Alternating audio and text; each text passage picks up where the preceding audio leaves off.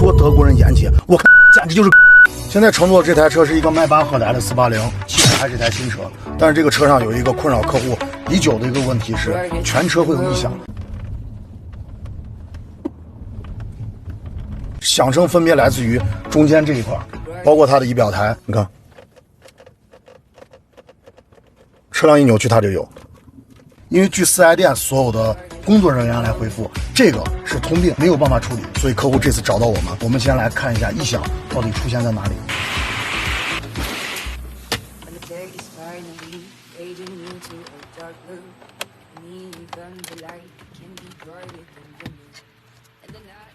声音来自这儿。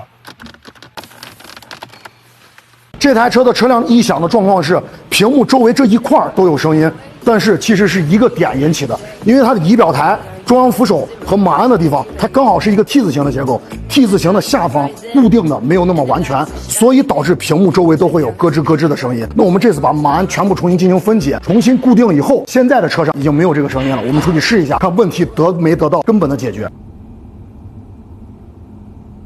咱们这个团队在奔驰待的没有低于10年的，来，我就想问你，这个东西到底是技术问题还是态度问题？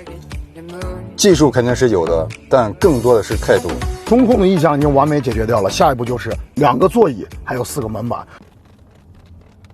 那解决这样的问题要花费很长的时间，它不单单是一个技术性的问题，同时你要花费很大的耐心。那我理解到4S店为什么给客户说这是一个通病，因为它是一个售后问题，你花1个星期来解决这样的问题，它是收不到任何费用的，所以他告诉车主这是通病，你继续开着吧。但是如果是车主的你能不能接受呢？迈巴赫和 S 级别，它代表了奔驰戴姆勒集团最顶级的工艺，所以它不会在全球布厂，这台车生产一定是在德国本土，但是它的生产的标准远远低于迈巴赫的生产要求。汽车本来就是工业品，1万台中间可能有1台有瑕疵，我觉得大家都是能理解的。但是对于客户来说，这就是100%。4S店告诉客户这个东西是通病，没法解决，换位思考，你能不能接受？那我就告诉你，今天你4S店办不了的事情我来办，你4S店做不了的项目我来做，我们看一看到底谁在市场上能生存下去。